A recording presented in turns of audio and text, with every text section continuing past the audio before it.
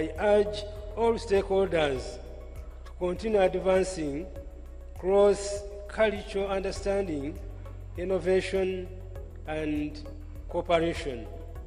As we look to the future, let us strengthen the bonds between Uganda and China, harnessing the transformative power of education and cultural exchange for the betterment of our nations.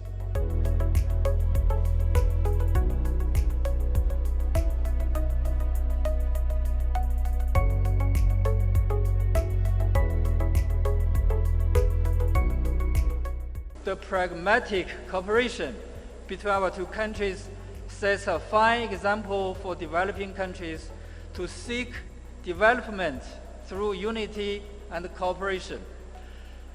Though oceans apart, exchanges between China and Uganda flourish.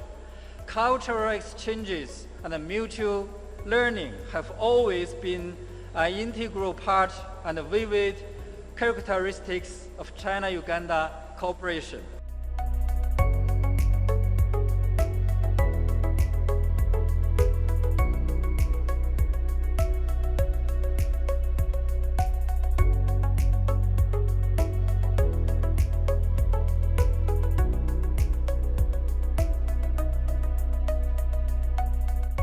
The Confucius Institute at Mercury University is a product of our enduring partnership, a shared endeavor between China and Uganda.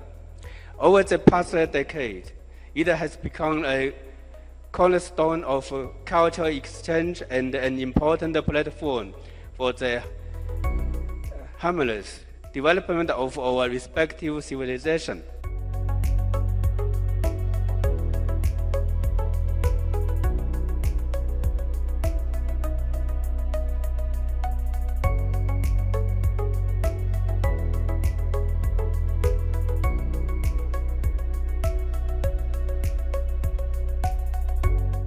Since its inception, the Institute has made tremendous strides in promoting Chinese language and culture in Uganda.